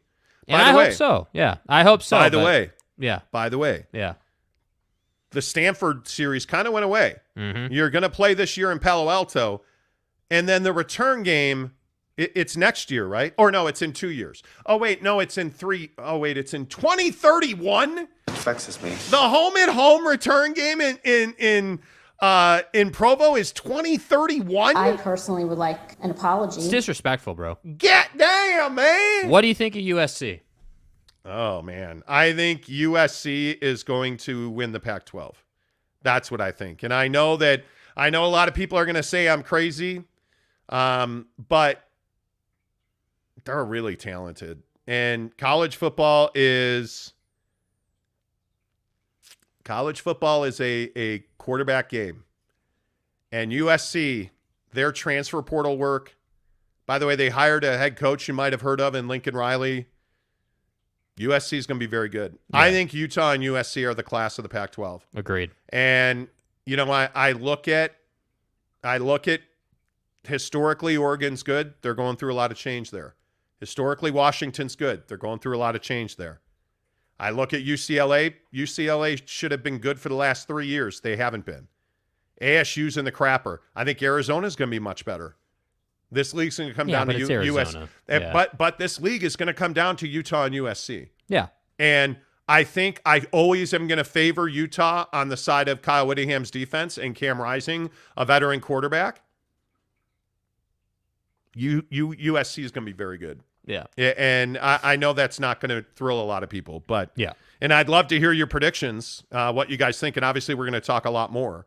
So Greg Hawkins says, I remember when last season we were still debating Jaren Hall versus Baylor Romney. I am telling you, Baylor Romney should have played a hell of a lot more football than he did. Yeah, and remember, just my opinion. Remember, the other reason why Jaren Hall needs to step up and be the guy, they don't have much behind him. Jacob Conover is the only thing sitting behind him right now. Jeremy Bolton says, Greg, yep. Hawkins, yep. USC has been Pac-12 preseason champions for the past 20 years, but they haven't. And that's the narcissistic, hey, let me poke the bear up on the hill. I mean, I can't say that he's wrong, bro. But USC has there been hasn't been an expectation. If we're truth-telling on this show, and again, generally, what do you guys count on us for? To tell you the truth about sports in Salt Lake City. And that we hate Rudy Gobert. Yeah, prick. If we're I'm kidding. If we're telling the truth on the Pac-12, when's the last time you really expected USC to be elite? It's been a long time. It's been a long time. And the last time that they were this good, a guy named Pete Carroll was a head coach at USC. So, yeah, I mean. And Reggie was getting paid. There hasn't been an expectation for this team to win a championship. Yeah. This year in USC, and trust me, my good friend Chad Hagobalobian and many of my USC compatriots, speaking of pricks, there's no worse fan than a USC football fan. But my USC friends, and I probably have 1,000. I don't have that many friends. Hello, man. People don't like me. Anyway, the point is, right, all the USC fans I know, we're winning a championship or bust. Well, Good luck with that. Who the f*** is that guy? But the expectation is that in South Central, they're going to win a championship. Yeah. So, that's just what I'm saying. Real quick, because I think this is a huge story. I want to talk about this Roger Goodell thing. Roger Goodell. Roger Goodell testified before Congress yesterday. Daniel Snyder, the owner of the Washington football team, who I will not call the Commanders, was on a yacht in France. Mm-hmm. Wonder why. And he has refused to come before Congress and testify, who now is being forced to take the unprecedented step of issuing a subpoena, subpoenaing, that sounds too close to peening, issuing a subpoena for an NFL owner because that owner refuses to testify in front of Congress. And now this Congress is going to have to subpoena Daniel Snyder, who is going to have to sit in front of Congress and likely plead the fifth so that he doesn't have to incriminate himself. Don't lie to me. And I thought the other thing that was very interesting was that Roger Goodell yesterday said he does not have the power to remove Daniel Snyder. And he's right. Don't lie to me. Technically, he doesn't. It takes 3/4 of the NFL owners to vote to remove Daniel Snyder. Yeah, which is never going to happen. But at what point do we start holding Roger Goodell accountable for being a fraud? In what sense? In the sense that I understand he works for the owners, and his job is to protect the best interest of the NFL owners. But are you doing that by shielding and protecting Daniel Snyder right now? You're not. Daniel Snyder is a misogynist. Daniel Snyder is, in my opinion, a sexual predator. Daniel Snyder facilitates an atmosphere where nobody cares about the safety of cheerleaders, female employees, female sponsors. Any female on the planet with a vagina is open season around the Washington football team. And it brings me to a point where, and I know I've talked about this in the past, but how responsible are we as NFL fans for the behavior that's being condoned and allowed by NFL players and owners? Because again, how many times this offseason, and it's been too many, whether it's Henry Ruggs in Las Vegas, or whether it's Daniel Snyder in Washington, or whether it's Ray Rice, or whether it's any of these other guys, right? Whether it's any of these other guys that continue to beat and abuse women, that continue to get DUIs where they get into a car crash that ends up with another human being dead, where we continue to hear stories about over-sexualized men attacking female cheerleaders and sending those cheerleaders to events to sexually pleasure sponsors.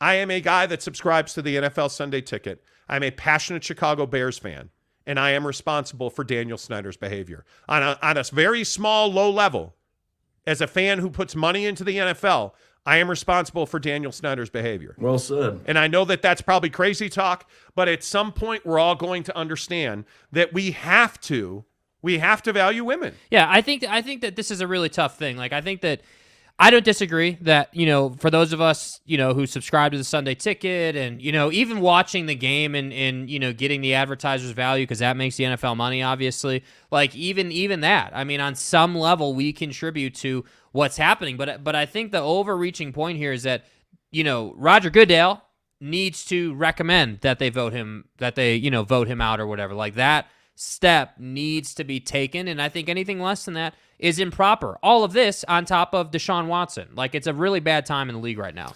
Well, I would like to introduce my my lovely bride. Let me tilt that camera Whoa. down. Hey, there's her rack. Wow, you just said that. Whoa, sorry. Wow, you just said that. Little too Wow, Daniel. you Little just too said Daniel that. Snyder right there. Wow. That's so aggressive. I know. Mrs. Monty, happy anniversary to you, my love. What would you like to add here? I agree with Jake that Goodell has an opportunity to influence Roger Goodell. Because people are really disappointed. And he was reached out to from the attorneys, from some of the people who were represented, that said that they were really disappointed. The victims involved were really disappointed that Goodell said that, that he, what was the quote, that he's been held accountable. And this is just money making money, because the owners aren't going to vote him out. Who are the owners? What else have they been doing? Facts. They're not going to vote him out. No. Because it just turns the camera back on them to be under the microscope, and they're not going to do it. But it is disheartening. It really is. It's disheartening that there's such a low value to the women who really have supported these teams and have brought attention, have brought the money, and they just throw it aside. And not to go too far with this, but I mean, this is one of those things where I look at and I say, this is why when we have, when we over-sexualize young men in this country and, we don't take that seriously and we're like, oh, this is a sports show. Well, because this is the repercussion of allowing your kids to have their cell phones at 10 years old alone in their rooms at night in the dark. That's where this starts and ends. Yeah, I guess, but I think like to me the bigger issue is that NFL owners can do whatever the hell they want. I mean, there's no rules or accountability for NFL owners, whether we're talking about being racist and blackballing Colin Kaepernick or whatever the case may be. The last thing I'll say about it that I don't know if it goes back to the porn with your cell phone, but I think it does go back to long history of men in a powerful position in which we look at sports, professional sports in this nation are far above philanthropists. Yes. We look at athletes and owners of sports teams, anyone in professional sports, far above people who are doing really good work, and we give them a pass. This is a problem of a person who believes they are in power, that they can take what we want. And it goes back to, I won't say it. Nope, I'm not going to say it. I'm not going to say it. But if you're going to be in a locker room attitude and say that you're going to grab someone by the, this is what it goes back to. Well said. It goes back to a culture of men being told it's okay. You're the man. Go and take it. And it's not okay. Yeah. We're your equals. Did you just make a reference to nope, we're not going the there. Tangerine Twitter machine? I needed to get a little piece in, but that was it. So did he. That's all he has is a little piece, and Stormy testified and to that. JC says, here we go. That's all. That's it. I leave it there. There we go. I leave it there, but we are your equals. Stop treating us as if we are something you can take or demand action from. They're going to send a whole bunch of men around to go and, treat athletes. Okay, look, if you're pissed, there's Mrs. Monty's TikTok on the screen. She explores Utah. Like, I mean, go have your way, We might need a highlight reel, Jake. Do your thing. we might have to make a highlight reel out of it. A little piece. I might have to cut some drops out of this segment, man. Maybe, but can we get real and talk food on this show now? Yeah. Because come on. There was a study or a poll. A study. A study was very scientific. Hey, you're fat. Okay, right now, before you get into these lists, off the top of your head, what are your favorite French fries? Okay, just so off the top of your head. The subject is who has the best fast food French fries? Mrs. Monty, go. Oh, it's Five Guys Cajun fries. Cajun? God, what is it with you and spicy food? Did I not just say this I want my yesterday? paprika. Did I? Exactly. Did we not just talk about the paprika Twitter machine over there? We just talked about the fact you smother your food in hot sauce. Five Guys Cajun fries. Yeah, every time we go to Five Guys, she's like, yeah, I'll take the Cajun fries. Give me the Cajun fries. That was like, that was like a little jingle. Five Guys Cajun fries. That was well done. Cajun fries. Yeah. You're welcome. That's like a marketing thing. The best fast food fries. There was a poll done. Mm-hmm. And this is by eatthis.com, which is a major food website. Yeah. And here's their list. Here's how they graded them. Evaluated fast food fries based on texture and taste. When it comes to French fries, everyone is different. Some like them crunchy, while others like them softer and moist. No Your one thoughts? likes a soggy fry. I'm just saying. And I don't know about a moist fry. That just I want wrong. my fry to be moist. That is like along the line of a soggy, and that's wrong. You know what the other thing is I'll say, though, about fries?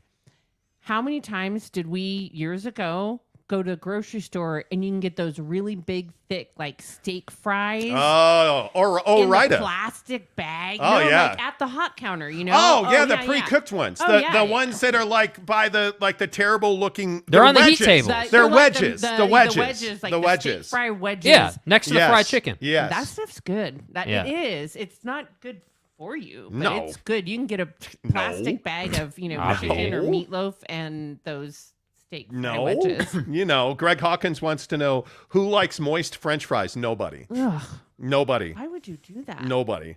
It is what it is. It is what it is. So here's your top 5 according to Eat This. And number 5 is controversial because I think their fries suck. Mm-hmm. And it's one of the reasons that I haven't had Chick-fil-A in please. forever. Chick-fil-A Come French on. fries, they're waffle cut French fries. They are good. No, they're not. French fries but are that's a tasty bullshit. item. No, it's not. It's They're a terrible. tasty item. I just can't support their business. But the thing that I think Chick-fil-A has going for it in this game is the dipping sauces. Oh, yeah. Because the barbecue sauce at Chick-fil-A is next level. Chick-fil-A sauce is fire, dude. Chick-fil-A sauce, their honey mustard is bomb. No? Why are you throwing... Chick-fil-A sauce, that whatever mixture... It's honey mustard. Of it. It's like a honey mustard. Yeah. It's not honey mustard. It's something weird. There's something weird about that. I don't like But it. don't you like their Hawaiian sauce? Their Hawaiian sauce, their barbecue sauce, in general... I like their food. I can't support their business. Yeah. Waffle fries are delicious. Their waffle fries suck. Number 4 is... I just think they're too thick and too many times, like Greg Hawkins said, they're moist. It's too thick. It's too thick and they're moist. Anyway, awkward. Number 4, Five Guys. Okay, so... Five Guys Cajun fries. Let's get it. Let's get into this. Exactly right. Let's get into this a little bit because... I think Five Guys, by far, it ain't close, has the best fast food fries. Yeah. Number 1, they give you a ton of them. Facts. When you order them in the bag, they pour another half cup in there, which I love because I'm fat. Well, and the other thing is the fries that they pour on top keep your food warm, Yes. which I think is an awesome hack. Yes. Doing that keeps everything warm. I love it. Yeah. I totally agree. And the other thing is they actually crisp them up. Mm-hmm. They don't undercook them. Let's say In-N-Out. I think In-N-Out has terrible French fries. I just think they're tasteless. Like the They In-N-Out are. fries are just bland. And I much to Mrs. Monty's point about spicy fries at Five Guys. They're not spicy fries. They're Cajun, please. Oh, excuse paprika. It's Cajun fries. It's Cajun the fries. proper nomenclature is Cajun. Yeah. Anyway, their seasoning at Five Guys is on point. Yeah. I really like that they fry them deep. They Wow. Grow up. Wow. What's wrong with you? This is a family show. No, it's not. It's not a family show. I mean, technically it is. We're a family. But what my point is, I like that they fry them nice and crispy. I like that they're fresh cut French fries. And I like that they season them well. And then you package that with the burger, and it's just as Package. Jeremy Bolton says Five Guys can't have the best fries now because it costs you $20 to get them. Yes, okay, it does. I think it's a fair conversation. That's a great point. Fair conversation. That's a great point because it is super expensive to get Five Guys. Yes. I will say JCW's French fries locally, I really like them. John Jackson says Chick-fil-A fries can't be eaten by itself. You must have a dipping sauce. Totally Agreed. Totally agree on that. Checkers has some slept-on fries. One Round Left says. See, Checkers is in the Checkers in Utah? I don't know, but it's in Zion, Illinois, where all the deadbeats live. Yeah. I love Checkers. I'm a huge fan of Checkers. I One Round Left. I am a huge fan of Checkers. All right. So we have established the awesomeness of Five Guys. Number 3 on this list from Eat This, Not That of the best fast food French fries. This one's a little surprising. Arby's. The hell out of here. Arby's, the hell out of here the with curly that. fries, Come right? on. Didn't they define it's curly? Come on. Curly fries at Arby's? It is. Nothing beats the spiced curly fries, and topping that off are the Jamocha Shake. Oh, he don't know nothing. Unfortunately, the fries on taste test day were underwhelming and not quite enough to hit the top 2 spots in our test. This is a tasty burger. When's the last time any of us went to Arby's? I haven't. When's the last time you had a curly fry? Oh, man. I haven't had a curly fry. Have curly fries. Jack. Jack in the Box. Jack, yeah. Yes. Jack in the Box. I like their curly fries. Their fries are good. Yes. Not in this list, which is amazing. They're not that good. They need to open it up here in Salt Lake. I'm pissed about They it. do. It's time. Avi. It's time. Yeah, totally. Avi. I want my ultimate cheeseburger. Yeah, me too. All right, what's the next one? Number 2, MacD's Nuts. MacD's Nuts. I think it's pronounced McDonald's. My bad. Okay. Got McDonald's fries are always a crowd favorite. Why? Okay. Why? Here's a funny story, though. So when we lived in LA, and we have some family members who owned a production company, and they would always do these massive parties before the Oscars. And McDonald's would come. It was like a big fundraiser event. They would come every year, and they would have their fries. And I tell you, celebrities eat them up. Like women in, Oscar gowns dig on McDonald's French fries. Chase makes a really good point. Go to Cubby's and try their buffalo fries. I actually like the fries at Nobody Cubby's. in the fast food game is doing loaded fries. No, not well, by the way. But I don't remember Cubby's fries. Oh, they're rosemary. They're rosemary garlic fries, remember? Yeah, I did and we like have those. a Cubby's at the district here. Yeah. In South Jordan that I think are actually really good. Yeah. Casey Green says, how about a Don poster on Funko Pop figure on the shelf? Maybe something jazz related, fellas. Love the show. Don't forget about the fans in Wyoming. Love you, Evanston. Yes. Holabilly says, Arby's curly fries are better than Five Guys fries. Okay.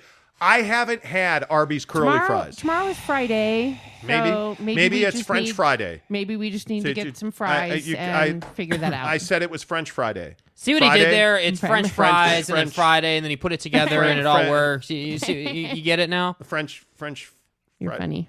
Okay. Wow. Okay. All right. So McDonald's is number 2. Number 1, and this one is amazing. I will admit, under the desk, I am aroused.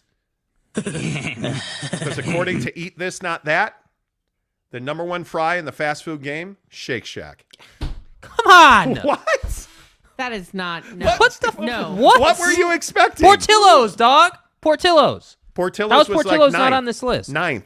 Come on, Portillo's man. was 9th. The crinkle cut fries at Shake Shack are amazing. They're good. They're not amazing. Like, Come on. They're amazing. They are amazing. They are amazing. not buying it. No? No. One round left says LMAO at the Pulp Fiction drop. Exactly right. I don't know. Jeremy Bolton says Shake Shack. What? Okay, What? wait. So on another list, as we were doing our due diligence and research to ensure that we were bringing you a quality topic, That's a lie. That's a lie. KFC fries. I'd love to hear from our listeners or viewers. No. KFC fries? I haven't had. Yeah, KFC fries is an interesting one. I haven't had Kentucky Is Fried Chicken. KFC still good? Like, is their fried chicken still good? I haven't been have to KFC not in had decades. fried chicken. And as a kid, and when I mean kid, like I must have been 10 years old. Mm-hmm. Every week, once a week, and I want to say it was like Saturday or Friday or whatever, we'd go to the Kentucky Fried Chicken in Northbrook, Illinois. Yeah. And so I'd have mashed potatoes and fried chicken, and that's why I'm fat. My mom hates me. But anyway, the point is, I haven't had fried chicken. When's the last time you guys had fried chicken? Been a long time, bro. Man. Long time. Yeah. I honestly can't remember. I can't remember the last time I had fried chicken. Yeah. I truly can't. Do we even have Shake Shack here? Yes, Alex, in dude. Murray. State Street. There's one. There's two. There's one. Several. There's one at the mall. There's in one Murray. at the mall off State Street. There's then another the one by, there's another one by the dealerships off State Street as well. In that old renovated building. Yeah, that's the one. Yeah, it's right by the Shields. Schoolhouse. By By the Mo Betta. Shields. But the old schoolhouse. Yeah, by Mo Betta. It's across the street from the Sinclair. Yes, it is. That's Sinclair gone. Yeah, Is it's it? not a Sinclair anymore. It's No, like it's a like generic. gone. Like They it's closed it? It's like What do you leveled. mean? Oh. The last time we drove by, did you not notice? I was like, holy cow, Wow. that's gone. I did not notice. But anyways, by Okay. the Costco. Yeah. Jeremy Bolton says KFC has fries. There's a Shake Shack just north on 106 there in Draper on State Street. There is, yes. Okay.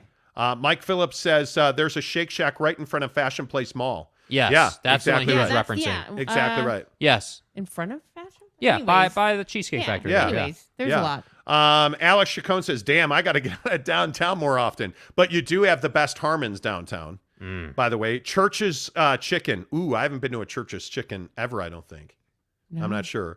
But I could be wrong about that. Everybody's saying Fashion Place Mall.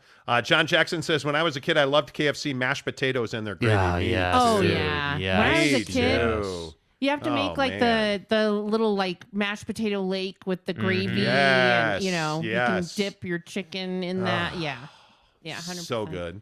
Let's see. Jeremy Bolton says they leveled that Sinclair there. No. Yes, they did. I'm pretty Yeah, I sure don't- that I when we don't drove remember by, that. it was an empty lot. I was like, oh my god, Yeah.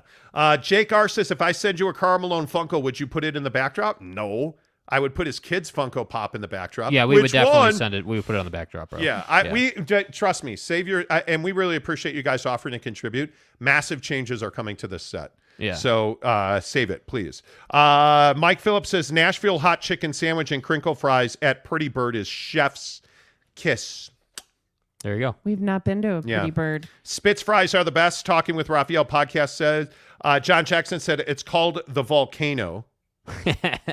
Okay. No, the potatoes with the gravy. Oh yeah, it's a volcano. Yeah. I get you. I like that. Okay. Hullabilly says Popeyes is better than Church's. Church's is better than grocery store fried chicken. Is better than Starvation. Is better than KFC. Wow. Oh, wow. Ow. So what you saying? Tell me how you really feel, bro. Yeah. What you saying is you're not rating that. Somebody's not a KFC fan. So okay, we gotta go. Real quick, by the way, today is our 21st. Yay! Wedding anniversary, Mrs. Monty. You guys need a room or? No, we have a room. Oh, okay. So you picked out an Italian restaurant. Where are we going to dinner tonight? We're going to Sicilia Mia. If you haven't been, there's two of them. I believe it's like Murray and also in Farmington. Where's the Italian? With, my mom and a friend. It was Where's the Italian? Some of the best Italian that we've had. Yes. So I'm taking Mr. Monty for our anniversary tonight. 21 years. 21 years. You have been shackled with my awesomeness. You have not killed me and buried me in the backyard yet. Well, I thought about it. The problem is then I'd have to do some exercise and dig the hole. And Right. Digging the hole is always tough. Yeah. I do have a mud shovel, though. Wow. What? Wow. What? You did not just say that. What? What do you mean? Jesus. What are you talking about? I don't know what you mean. Hey, that's it. Show's over. As NBA news breaks, you can look for us. If the Jazz make a trade, we will go live on this channel again today to analyze that and break it down. I would encourage you to stay close. Obviously, there's going to be a lot of draft news and Jazz news today. Make sure you follow us on Twitter and Instagram. The Monty Show, Monty, The Monty Show. You can find Jake at SLC Supercars. Until tomorrow morning, say goodbye, Jake. Goodbye, Jake.